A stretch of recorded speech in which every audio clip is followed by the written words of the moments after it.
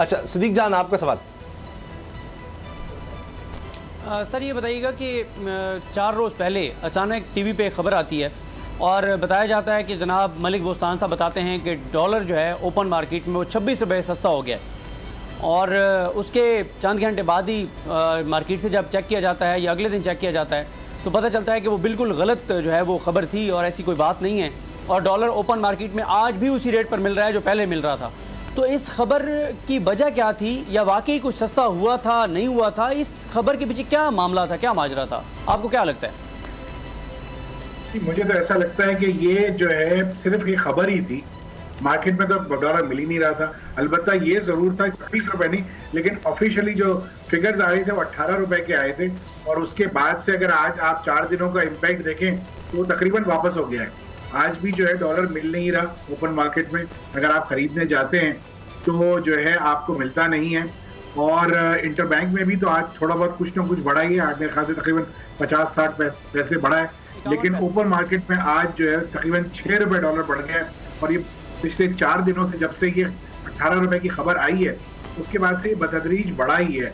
तो अब ये क्यों खबर फैलाई गई थी, इससे क्या फायदा हुआ, या किसी ने कोई फायदा उठा लिया, ये अलबत्ता देखना चाहिए। क्योंकि मलिक बोस्तान साहब जो है इस फॉरेक्स एसोसिएशन के चेयरमैन भी हैं, वही बता सकते हैं कि ओपन मार्केट में डॉलर कितना बिका।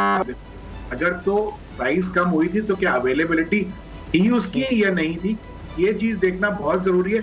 अलबत्ता अगर एक आम आदमी, मैं अगर और आप अगर खरीदने जाएं तो हमें डॉलर जो है दस्तयाब नहीं होता है और ना मिलेगा।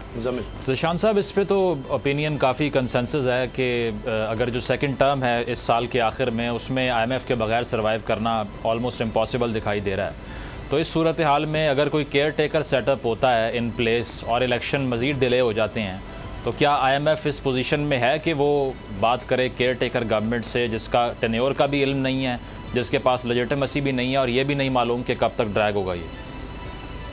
देखिए प्रॉब्लम क्या है इस मुल्क में, इस वक्त प्रॉब्लम ये है कि जो गवर्नमेंट अभी है उससे भी IMF बात इस वक्त नहीं कर रही, और तकरीबन बातचीत तो अब खत्म हो गई, क्योंकि अब तो ये डिसाइड हो गया कि जी अब IMF के बगैर ही हमने चलना है फिलहाल फॉर द टाइम बीइंग।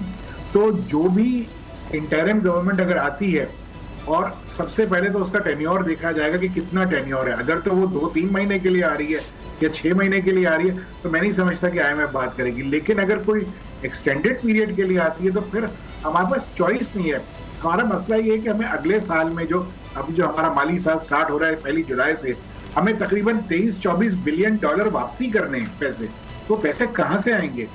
हम अगर एक अंदाजा लगा लेते हैं कि 30 बिलियन डॉलर की हम एक्सपोर्ट करेंगे पूरे साल में, 30 बिलियन डॉलर हमें रेमिटेंस में आएंगे, और हम 50-60 बिलियन या 70 बिलियन की इंपोर्ट का टारगेट रख रहे हैं, तो हम तो नेट ऑफ जीरो पे खड़े हुए हैं। तो ये 24 बिलियन डॉलर हमें जो वापस करने हैं, तो इसके लिए तो हमें पैसा चाहिए, फाइनेंसिंग चाहिए।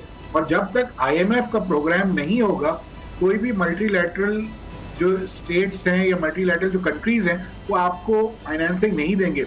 इस वक्त भी आप देखेंगे जो आप बात करते हैं कि चाइना के साथ आप मुस्तकिल रोल ओवर्स के लिए आप रिक्वेस्ट कर रहे हैं, और वो किसी हद तक आपको रोल ओवर मिल भी रहा है, लेकिन ये लोन वापस नहीं हो रहा, ये रोल ओवर है, ये आगे जाके फिर क्रिएट हो जाएगा आपके लिए एक बर्डन। तो मैं ये समझता हूं कि जो भी पोजीशन है, या तो हम अपनी, देखिए ना प्रॉब्लम क्या है इस वक्त, हम क्यों इन सारे परेशानियों में, चूंकि हम अनसर्टेन एनवायरनमेंट में चल रहे हैं, हमारी पॉलिसीज कोई सेट नहीं है, हमारे मुल्क में फॉरेन इन्वेस्टमेंट तो एक तरफ आप भूल ही जाइए, डोमेस्टिक इन्वेस्टर भी जो है अब इन्वेस्टमेंट नहीं कर रहा, क्योंकि वो भी अब इंतजार कर रहा है कि अगले आने वाले टाइम पीरियड में वो क्या देख रहा है, कौन सी गवर्नमेंट देख रहा है। जब तक ये चीजें जो है किसी हद तक सेट नहीं होंगी, तब तक इस किस्म की परेशानी तो रहेगी।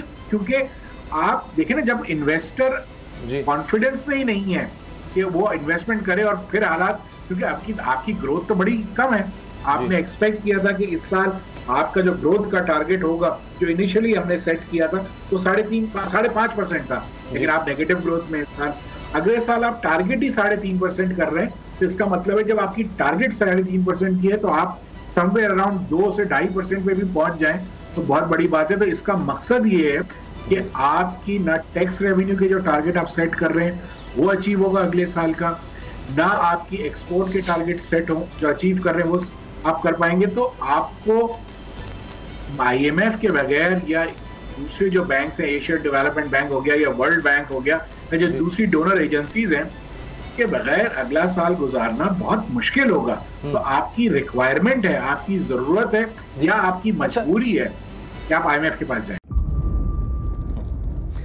इंतजार था ना, चलो इस बार वो करते हैं जो इससे पहले किया ही नहीं। किस्मत की आंखों में आंखें डाल के जीतना होगा। सब में शेर जैसी राह, जर्रा जर्रा भी हर कंटेस्टेंट को लगेगा पहाड़। लड़खड़ाना नहीं है, खोल दो अपने पंख अगर आसमान छूना है। अबे लग रहा है ये सब पहले भी कहीं सुना है। एंटरटेनमेंट की गारंटी जनाब, क्योंकि यहाँ खेलोगे कूदोगे तो बनोगे नवाब। खुश रहो पाकिस्तान।